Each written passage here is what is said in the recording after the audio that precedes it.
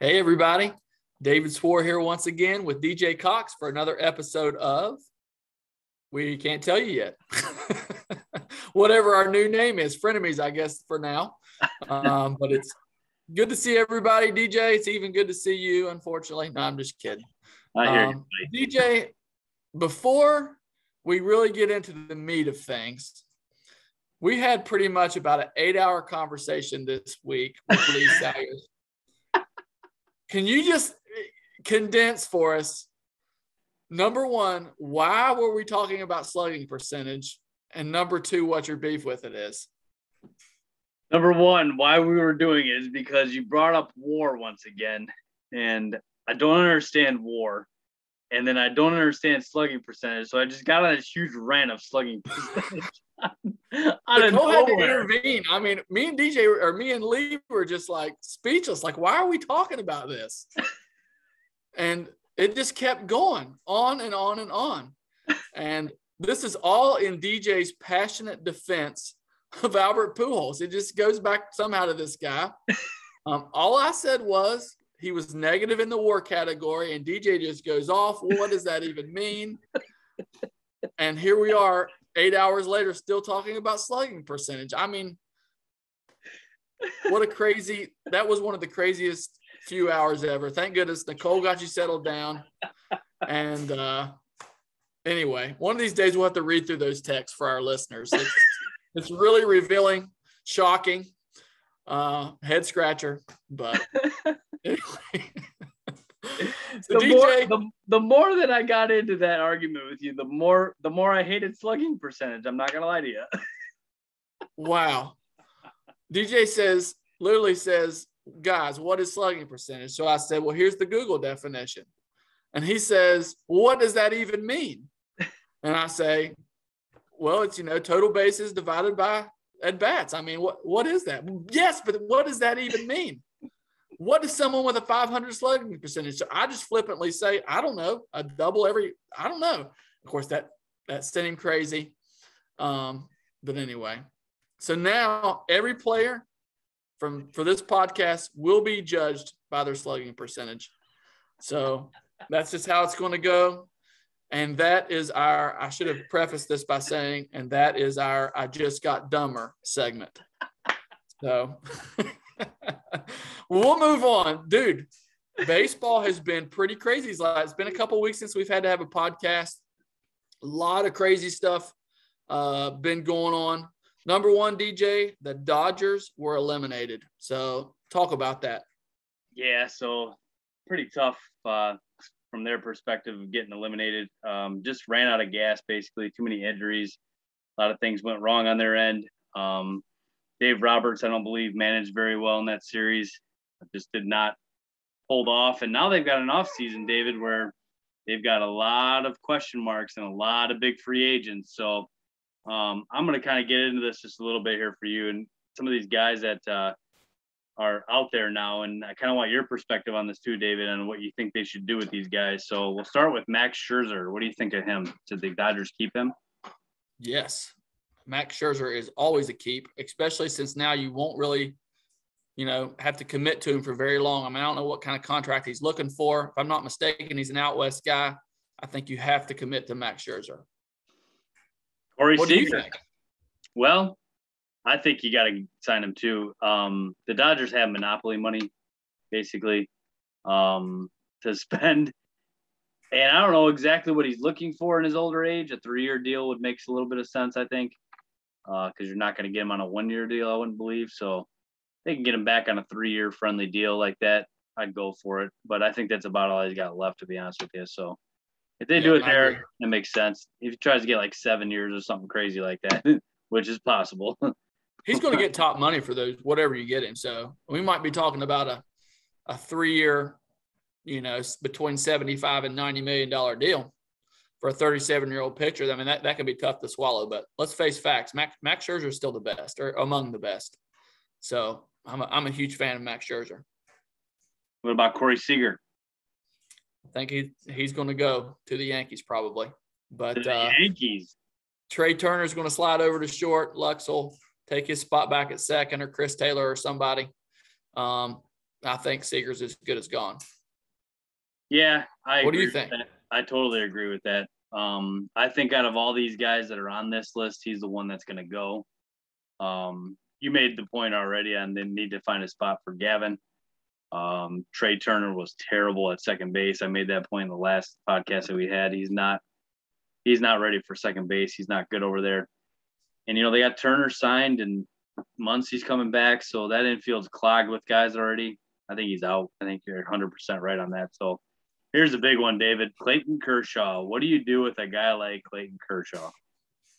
That's a really tough question, but this is a legacy guy. He's your Derek Jeter. You make sure that he stays there. It may mean playing hardball with him. We've seen this happen when the Yankees re-signed Jeter. He's still mad over it, honestly. But I think you got to try to keep him as well. What do you say? Yeah, I agree with that legacy thing. The problem is the money is going to be the thing. I don't know how much he's wanting at this point in his career with how banged up he is. There's a lot of miles on that arm. He's still not that old, though, DJ. It's very true. How old do you think? I think he's 33, 34. I was going to say, I thought he was 34, maybe 33. So, I think he's still going to want 4 or 5 years at a pretty top rate. So, but again, the Dodgers are playing with monopoly money. They've got a lot of money coming off the books. One of the guys you're going to bring up is a good way to save money, just to be honest with you. We'll talk about him in a second, but I think you got to bring him back. He's your Jeter. I agree. They can't let him walk. That's every point that you just made there. I think Seager's the one that's going to go. They got to lock up a couple pitchers. We saw it in the series in the NLCS. They ran out of pitching, and they're going to need it to go as far as they need to go. So what about super utility man Chris Taylor? So this is interesting. I know you're a huge Chris Taylor fan, and we saw them let Kike walk. And, Kike got a multi-year deal, which I thought was stupid, just to be honest with you. And that turned out to be gold. So the question becomes, how much do you value Chris Taylor and his versatility?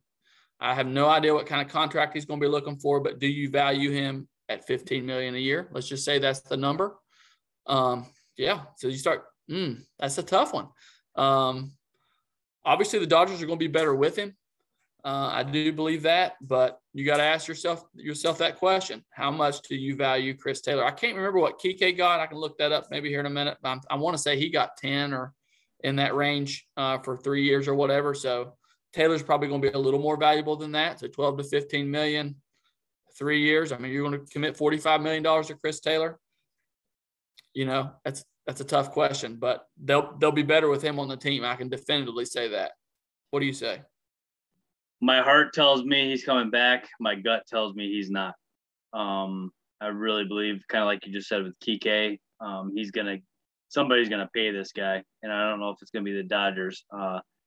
He's got a lot of value. He totally carried them in the NLCS when they won those games. He was absolutely awesome. He's a guy you want on your team. If you had 9 of him, you'd be in good shape because he can play anywhere. He does anything for you, and he plays 100% all the time. So that's a tough one. I really believe Seager and Taylor will not be back. I believe Kershaw and Scherzer so far will, which leads me to the next guy, Kenley Jansen. So they got a ton of free agents, David. But what do you think about Kenley? I think he's gone. And I think it's a smart way to save money. They've already proven they have adequate replacements, and this is no shot at Kenley Jansen at all. But, you got Brewster Gratterall there. You got Blake Trinan. You got Tommy Kahnle coming in. If that's an easy one to me, just to be honest with you. Gone. I agree 100%. His time is up. There's no reason to sign him.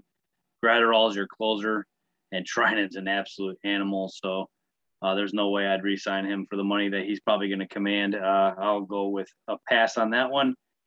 Albert Pujols. He's gone. He gone. Here's what I think is going to be sad, DJ.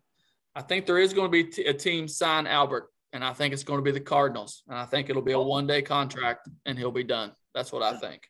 Again, I know he knocked in some runs or whatever this year, but what can you do with a guy that can't field and can't run and is pretty below average hitter? Why wouldn't you just pull somebody up from AAA? I'm sorry, but you know what I mean? Like, give somebody else a shot. Albert Pujols is a stud. He's a Hall of Famer, but he wouldn't be on my team. Yeah, he's definitely gone. Don't see them re-signing him at all, which there goes a lot of holes we just talked about here. So the Dodgers will replace all them, which is the funny thing. They'll just move on and go get somebody else that's just as good to fill those holes. But they got a lot of guys on the roster still that really don't have a home. And so I could just see them kind of trying to reset a little bit. I was looking at Chris Taylor here while we were talking, and he's going to be a lot more valuable than Kike. And, you know, when you got Justin Turner over there at third, who's older, and, you know, you could use Chris Taylor there. You could use him at second base if Lux doesn't pan out. I'm going to say Chris Taylor is in the coming back category. But I think it's going to cost them, you know, a pretty good amount of money. I like to hear that. I hope you're 100% right on that because they got a lot of decisions to make. So going to be a very interesting offseason in LA, no doubt. See what they're going to do with all these guys and what else they're going to bring in because we know that's going to happen as well. And also really what's going to happen with Trevor Bauer because that situation's up in the air for next year as well. So we'll see. I mean, I don't know what's going to happen if he's just, you know, going to be able to come back or what. Who knows at this point. But if he is able to come back, that's obviously from a pitching perspective going to help them out a lot. So we'll see what happens in the future. Yep. So let's stay in the NL West, DJ. So a really interesting thing happened this week. Kind of a shocker, to be honest with you. The A's let Bob Melvin walk. And two things surprising, that the Padres got him and that they got him for nothing. So the A's were paying him $4 million a year. They just wanted salary relief. They just let him walk, got nothing for him, one of the top managers. What do you think this is going to do for the Padres? So from the Padres perspective, David, 79 and 83 this year, terrible record, as we know. AJ Preller hires the 3-time manager of the year, Bob Melvin. This caught me off guard a little bit. And David, were you the one that was talking about Melvin going? I think you were the one that kept bringing this up, that he was going to leave the A's and go forward. And nice call on your part, man, because that ended up happening. And to the Padres he goes. And I called Bruce Bochy going there, so I was wrong on that. I thought he was going to return to the Padres. I still think he's going to get a job from one of these teams that are open. But, wow, I was shocked by this. I really was because I know me and you both feel that Bob Melvin is one of the best managers in the game, no doubt. And so did you know, David, this is a Did You Know segment of the show. Bob Melvin actually played for the Yankees in 94. Do you remember that? You do? I do remember that. Yep. He was just like a backup catcher or whatever. I do remember that. That's awesome, man. So this leads me to my next point, which in 1994, he played for the Yankees and the White Sox in the same year in 94, and then he retired. So it's totally understandable why he retired. When you play with those two franchises in the same year, you're out, man. You got to go. He was just after that ring, man. He was after the Dubs. I hear you, man. So Melvin then transitions to be a manager. I know him as a player, as a Giant, but now he's going in as a manager. Broke in with the Mariners in 2003 and 2004. Then went to the Diamondbacks from 2005 to 2009. 1 year off and has been with the A's since 2011. So this is great, man. We talked about this before. He's got 6 90-win seasons under his belt. That's no joke. And he turned 60 this year, so he's not old by any means. He's got a long way to go. If he goes La Russa on us, he's got another 15, 20 years left in him. So this is a good move for the Padres. Adam Frazier, Tatis, Cronenworth, Machado, Hosmer, Myers, Grisham, Caratini. This team's loaded. The pitching staff we've talked about a million times: Musgrove, Snell, Clevenger, Paddock, Dinelson Lamet, and Mackenzie Gore. So, wow. I mean, these guys are on paper really good. Obviously, now with a manager like this, do you think it's going to make a huge difference for them, David? I think it could. I think if I'm a Padres fan, I'm a little concerned that the A's just let him walk for nothing. That makes me really wonder if they weren't kind of done. You know, the A's last couple of years have underachieved a little bit. So it just makes me wonder, man. The A's are shrewd. Anytime them or the Rays, lately the Royals, when they make a move, you kind of got to look at it from their perspective a little bit and wonder if there's not more to the story. So it just makes me wonder. On paper, this is a home run hire for the Padres. You hopefully I think the biggest problem with the Padres is chemistry. An older, more tenured manager should be able to take care of that clubhouse a little bit better. So I think it could make a big difference, but the jury's still out.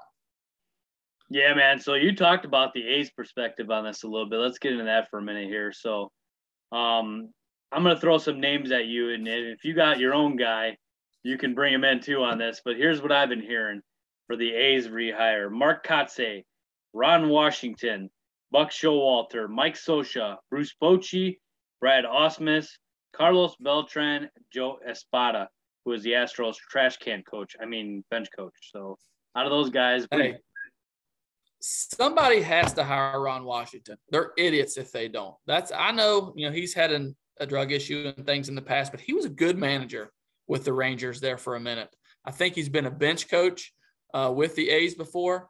So to me, the heavy favorite's got to be him. But I'm going to say this: look out for the splashy young hire. Carlos Beltran, I think, is going to be in that camp. The Mets are already, we're talking about bringing him back there at one point. I don't know if that's still a thing or not, but I think it's going to be kind of an unknown guy or a guy kind of in the back. I don't anticipate it's going to be somebody with a bunch of experience, but Ron Washington should be managing somewhere. Go on record saying it.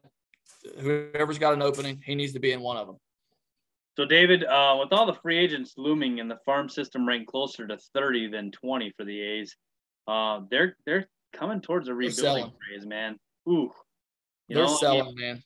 They are, and Chapman and Olsen, they're out, man. I don't think they're going to keep either of those guys. I mean, if I'm not mistaken, I tried looking it up. I think both those guys might have a year left, or are they free agents now? I'm not really sure, but those are your two franchise players right there. And when you look at their offense around those two guys, it's not good, man. So do you think that they're going to go through a little rebuild here? Yeah, I think it's going to be a big sell-off. Let's just go ahead and get ready for the Matt Olson to the Yankees rumors. It's the perfect fit. It totally is, I'm telling you. They have an opening, or perceived opening anyway there. So go ahead and get prepared for that, DJ. But yeah, I think they're selling everything of value off, all of it. And I think they're just going to start all over. What do you think? The only way that makes sense is when you texted me that the other day about Olsen going to the Yankees, and I'm like, well, DJ's got to play first.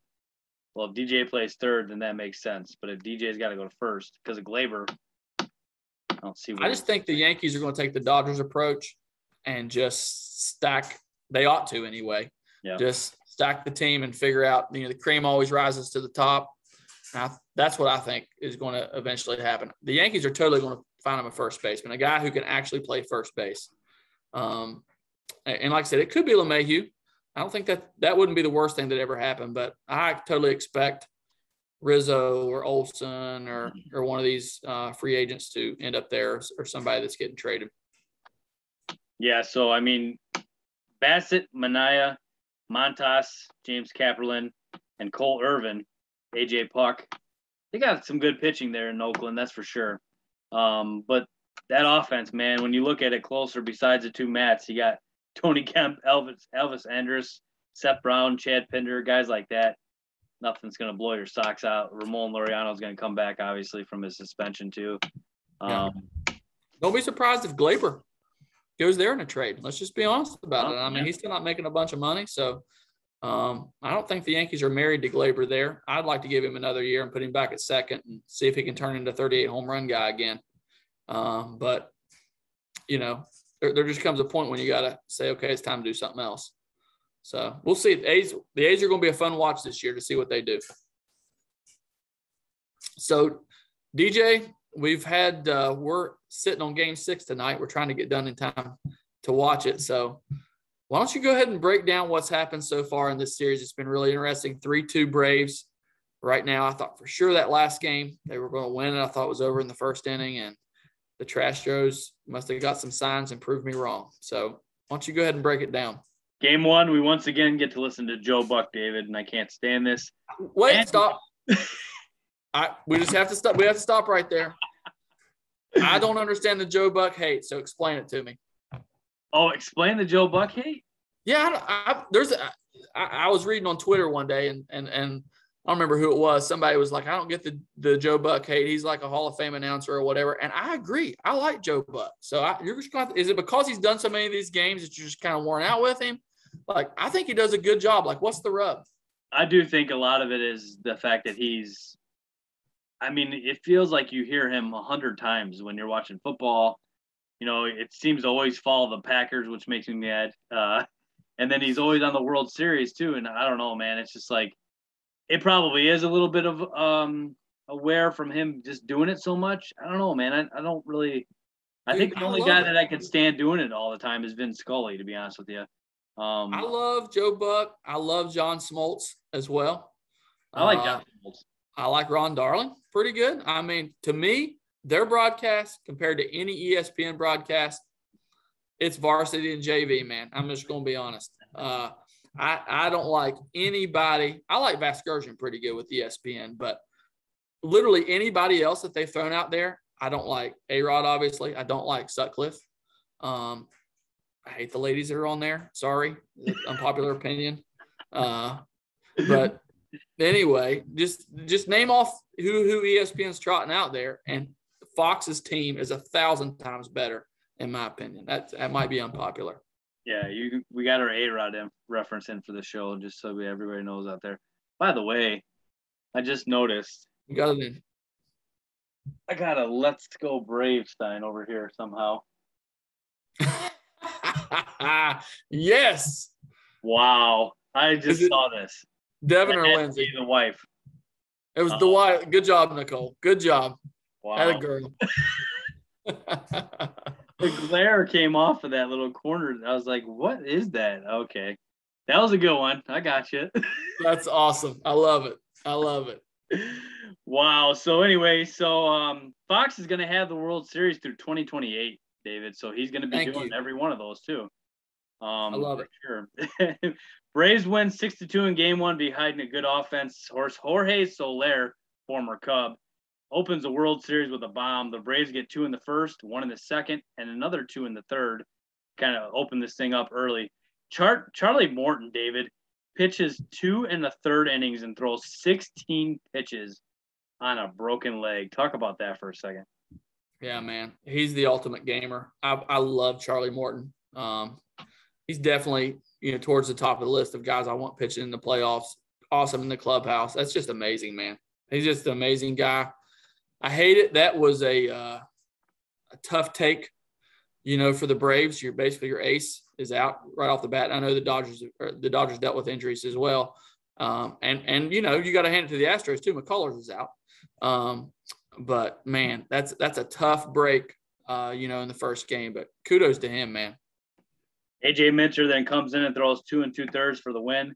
Luke Jackson throws 1 2/3, which they needed to see out of him struggling with the Dodgers.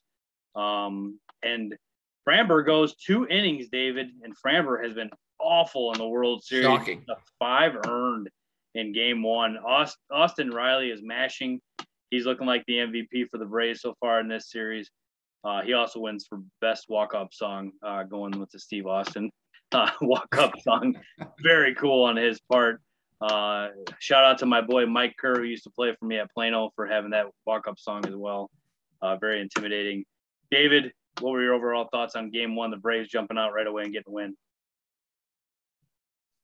Yeah, the scary thing is, so me, you, and Lee were texting back and forth. So you're already thinking a little bit, man, is the Braves bullpen going to run out of gas? Minter, as you said, went over 2 innings, which is not normal. But as we're going to find out, the more we talk about this, so far it's hung in there until this last game. The second thing I'll say is I'm shocked that Framber didn't rise to the occasion. He is a stud. I love Framber Valdez. That kind of shocked me. I agree, man. So game 2, Houston wins 7-2 with a huge 4-run second inning. Altuve has a big game, scoring 2 runs and knocking 1 in. Michael Brantley also has 2 hits on the day. Yeah. Why are you shaking your head, David? I hate Altuve. Anytime he does good, I hate it. Oh, that's awesome. Jose Siri shows some skills with the speed and a big run and a crazy defensive play by the Braves. Braves are throwing the ball around all over in this game. I have seen so many guys miss the cutoff man in this series. I've seen so many guys not cutting balls off. And as you know, we know, and as high school coaches, when you miss the cutoff men, you have long seasons of losses. That's just the truth, because you give up extra bases and innings that could have been a 1 run turned into 2 or 3 runs, and you find yourself in a whole lot of trouble. And that doesn't matter if you're in Little League or if you're in the major leagues, and that's kind of what happened here. And it's pretty bad, man. It was awful defense on their part, and it was definitely not a good thing for them. Max Fried struggles going 5 innings, giving up 6 earned. It was, I was kind of surprised they stuck with him with all these guys, but the Braves needed this. They needed a long outing, and he couldn't even give them 5, which was kind of a letdown for them a little bit. Urquidy, 5 innings pitched, 2 earned. He pitched good. Kendall Graveman was outstanding. What a good pickup by the Astros at the deadline. He's been lights out. And we're seeing that the guys are not having enough arms from both teams here, David. So we talked about this for a second here. Braves are without Soroka and Morton now, and the Astros are without McCullers and Verlander. So that adds up to a lot of trouble, man. When you don't have those veterans in there, those guys that are dominant pitchers, each side has 2 guys out right now, and it's not helping any of them. So what were your thoughts on game 2? Oh, man, I actually feel sorry for both of these bullpens. I'm serious, because it doesn't seem like they can get a starter to go more than 3 or 4 innings. But, again, shocked that Fried didn't rise to the occasion. I'm a big Fried fan. I know Lee and others were calling for him to not start anymore. I would not have been in that camp. He's just got to step up. So that was the big shocker, the big takeaway for me. I was really surprised that Fried didn't do better than he did. You actually made a good point there. The Braves have broke a World Series record for most innings by the bullpen already, and we still have 2 games to go probably. So that's crazy, man. It makes total sense, though. I have a feeling this is going to bite him, DJ. I hate to go ahead and tip my hand a little bit as to what's going to happen tonight, but Minter seemed to be a little bit out of gas his last appearance. Now Matzek's going to be rested now after the loss, but yeah, I'm just a little bit worried about them running out of gas, so we'll see.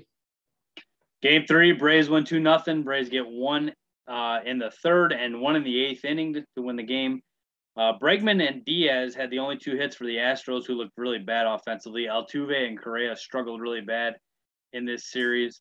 Altuve's come around a little bit, but Bregman's been bad too, other than game 5. So they've had some struggles offensively. This isn't good when your 2 big players are struggling like that. Riley and Darnold have the 2 RBIs for the Braves. Darnold's bomb was deep to center field. Garcia goes 3 2/3 and 1 earned run for the Astros. He's got that little crazy rock the baby motion, David. What do you think about that, man? Weirdest thing I've ever seen, but I love it. I love guys that don't do things the normal way and to just know how to pitch. So I thought it's pretty cool. I can't begin to tell you how many people asked me if that was a balk. I got texted that like 15 times. You can do whatever you want once you start that motion. You can do a cartwheel if you want, if you stay in. Yeah. So it's the great, Japanese man. Players are good at that stuff, man. Just mixing in different things and being able to hide the ball. I mean, I think it's going to be hard to tip pitches if you do that, routinely as he does. The Astros used 6 pitchers in this game. Ian Anderson gets taken out after 70 pitches, 5 innings of no-hit ball. What in the world? I hated it, DJ. I hated it as a pitcher. You're taking me out when I'm throwing a no-hitter in the World Series. I mean, come on, man. So I hated that. I know they're playing an analytics game, which you hate, but that's the game that they're playing. But especially the way their bullpen has been exploited, I thought that was a bad move personally. You're absolutely right about the explosion of the bullpen here. So 8th inning is the first time the Astros actually get a hit off of Minter, Jackson, and Smith, who come in, and Matzek. I've talked 100 times about how hard it is to know when to take pitching out and to use your bullpen. And so, David, it works out this game. It really did for him. It ended up being a shutout for the Braves. But I'm going to ask you this. They got the win in game 3. When your starting pitcher gives you 5 strong innings, you got 70 pitches, and you go to that bullpen, and now here entering game 6, you are tired. You've been using that bullpen like crazy for game 4 and 5 as well. Is that going to affect them down the road here in 6 and 7 when you do a move like this that kind of works in game 3? Is that going to affect you later on in the series? What do you think? Yes, I think Snitker will continue to play this way. I do think that potentially hurt him. If I'm in that position, they obviously knew where they wanted him, how long they wanted him to go, and I'm sure they're watching spin rates and all that. I would have been batter to batter with him. So if he walked somebody or if he gave up a hit, that's when I'm going to mentor. But I am hoping that I get to that 6th inning and save an inning, or 7th inning, I guess, and save a bullpen inning. That's the way I would have played that. But I think Snitker is going to continue to do it this way. And we're either going to be talking next week about Braves fans wanting to crucify him for burning his bullpen out, or that he's a genius. So we'll see. Game 4, the Braves win 3-2. This was a really good game. Astros up 2-0 Yes. in the 6th. Then the Braves get 1 and 2 more in the 7th for the win. Altuve had a bomb in the 4th. However, Dansby and Jorge go back-to-back in the 7th, a la Brian Howard and DJ Cox back-to-back. The Braves win 3-2. Dansby was more happy when Soler hit his bomb, David. I believe that he was going nuts. Greinke threw 4 shutout innings and got pulled. Yeah, man. Unbelievable. That's why the dude's a Hall of Famer, dude. Yes. I don't care what you say, man. Greinke's a Hall of Famer. And again, if I'm managing that team, which they did, they gave him a start in Game 4. He's definitely getting a start. I don't care what he's done. Yep. And All that. he showed up. And then the next game, he hits the hardest ball that was hit the entire series, which is awesome. 105 miles per hour as a pinch hitter. I love it. I love it. That was an absolute missile. Missile that he hit out there to the field, and the fielder had no chance of catching that. So, Dusty took him out, man. I don't know. Greinke's a little bit older. I get it. But I still thought they could have got a little more out of him as well. Christian Javier gave up the back-to-back jacks. Dylan Lee made the start for the Braves, David. What was this? He comes out of nowhere. He's never pitched, never started a game in his life, and he throws him out there in Game 4. What in the world is going on? This is where the managers overthink things. So Kyle Wright pitched a 1-2-3 ninth a couple games ago. Before that, K'd the side. Just start the guy. Well, I mean, why are we messing around with an opener? Just start the guy. That's these coaches fall in love with that too much, man. You can't tell me that one inning, which obviously it didn't work out, one inning of Dylan Lee is going to be better than 5 of what you're going to get out of Kyle Wright. So it was overthinking it. Kyle Wright looks like a pretty good starter, man. He's going to help them a lot moving forward. Wow. I was impressed by him. He gave him 4 2/3 innings, only gave up 1 earned run. And they actually got out of that with Dylan Lee only giving up 1 run as well. So, which was a miracle, by the way. That was he left with the bases loaded. Yes, he did. That was a miracle. A good point. I don't know how they got out of that first inning, especially the Astros pretty much choked right there. That kind of set the tone for the rest of the game, and Kyle Wright dominated it from then on. So good point, man, for sure. Game 5, the Braves do it again, man. Tucker Davidson, who, David, ever heard of him? Never heard of him. Never heard of him. Now, this is one of those deals,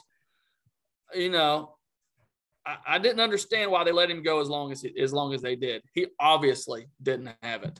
And again, we're back to probably trying to save bullpens. But yeah, I thought that was kind of a bad move. 2 innings, 2 earned runs. Not a good trade-off there for sure. Minter gave up 3 and Smiley gave up 2. The Astros win 9-5. Duvall hit the grand slam in the first inning, put them up 4-0. And the Astros just kept chipping away at this game, man. Another bad defensive game for the Braves. They're throwing the ball all over the place. Framber, David, 2 2/3, 5 earned. I'm not sure we're going to see Framber in Game 6 or 7. What do you think? No, I don't think so. I mean, if I'm managing, I've had enough. I mean, you might bring him in relief for an inning or something, but yeah, I don't know what's going on with him. I like I said before, I'm a huge Framber fan. I don't know if he's out of gas. I don't know what's going on if he's tipping something, but kind of crazy to see that. I wouldn't have thought that. Phil Maton's slider moves a ton, David. That was impressive how much it moves. It's like the David Swore curveball up and down. Phil Maton's slider going side to side. He's dirty, man. I don't know if you can hit that, and the ball looks like it's coming right at you and just moves like a foot. It's unbelievable how much frisbee, man. It's a frisbee. That's a good way of putting it. Good call on that. 2 innings of no runs. Maldonado had 3 ribbies in this game, which was surprising. And Correa finally showed up a little bit and got 2 ribbies. So here we are, David, game 6. Hey, DJ, is Correa the best defensive shortstop in the league? He's up there. Man, some of those plays he's made this series are unbelievable. Yeah. You know, if he's a shortstop for the Yankees next year, it won't hurt my feelings, but I don't think it will be. I think there's a little bit of a grudge there, but it wouldn't hurt my feelings at all. And he's still young. He's still just like 27 years old. So up the middle, he goes up the middle, and I practice this with Lindsay a lot because she's a shortstop. You have to spin on that play and throw to first. Like the way that he did that was textbook. Because if you are going towards up the middle and you feel that ball, you can't turn your hip. You can turn your hips and throw, which takes your arm away. If you don't turn your hips or don't spin on that, you're going to basically run into right field and have no shot. You're not going to have a throw. So to turn on that ball like he did, spin and get the most out of your arm was phenomenal. That's the right play there, what he did as a shortstop there. What a play. Yeah, man, he's definitely for sure up there for sure. I totally agree with that. So, DJ, what's going to happen tonight? Max Fried versus Garcia. Garcia's been pretty good. Fried's been pretty bad. What's going to happen? Astros win and force game 7, man. I've called this all along. I think Max Fried is going to, pitch for the Braves. Jesse Nafta will probably come out of the bullpen for the Astros at some point here. They're gonna have to with all the guys there. I don't think Garcia lasts very long. Dusty won't stick with them. I don't know, man. The Astros bats are alive. That was a great offensive game. If they can keep going on that, they're not in Atlanta anymore here in the Channing all game, so they're back to their fans, which does matter in baseball. And that last at bat does matter, and I think that's going to come into play a little bit. I know the Braves fans are super nervous, David. If they lose this game, they are going to need some Pepto-Bismol, man, because they are going to be hurting tomorrow night in game 7. The entire game will be every single pitch. I did this in 2016 in a game 7. It's hard, man. You could watch that game 7 and you probably will sleep for 12 hours after that if all the energy that you put into it as a fan watching that game. So these Braves fans don't get this one tonight, you're in trouble tomorrow. I'm not going to lie to you. I think the Braves are going to win this series. I called that in 7, but you do not want to go game 7 in this series. If you can avoid that, obviously. I know that's Captain Obvious here, but game 7 is tough, man. But it would be awesome for all of us if that happened. That'd be so much fun to see game 7 all the way to the end. I'm looking forward to it.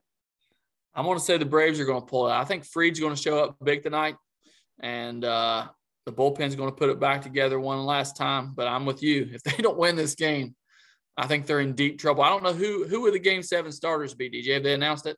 They have not, and I was listening to MLB Network on the way in this morning, and they're not sure how they're going to piece that together. I think they're going to go off of what happens tonight, and that's pretty much what they're going to have to do is see who's used tonight.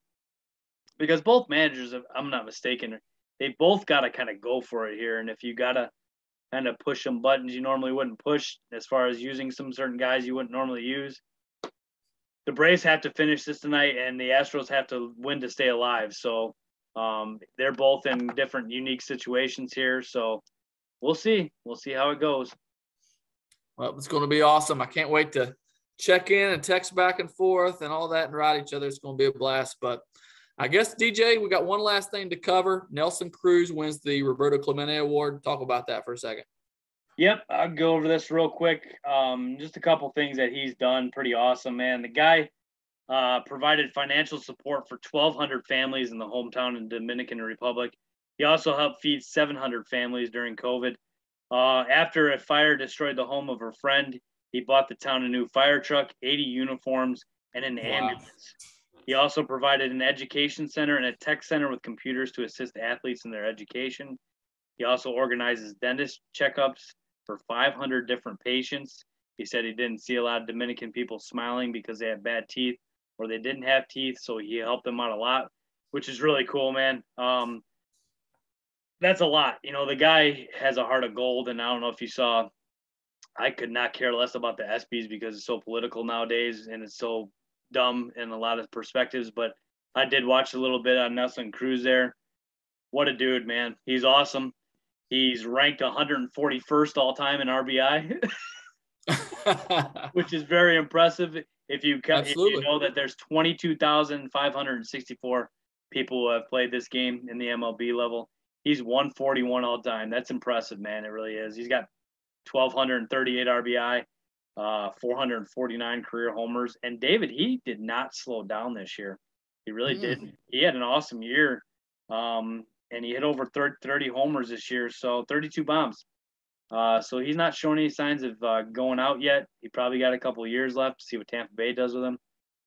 I don't know. What an awesome guy, though, man. To win the Roberto Clemente Award has to be like one of the coolest things ever because, you know, athletes make a ton of money. Let's be realistic here, you know, but he doesn't have to do those kind of things. He really doesn't, you know, and I don't think he does it for show. I just think he just loves his people, man, and wants to give back and help them. You know, he came from the Dominican, which I'm sure he wasn't very rich growing up. And to be able to help that many people and feed that many people, that's touching, man. It really is to see somebody do that for somebody.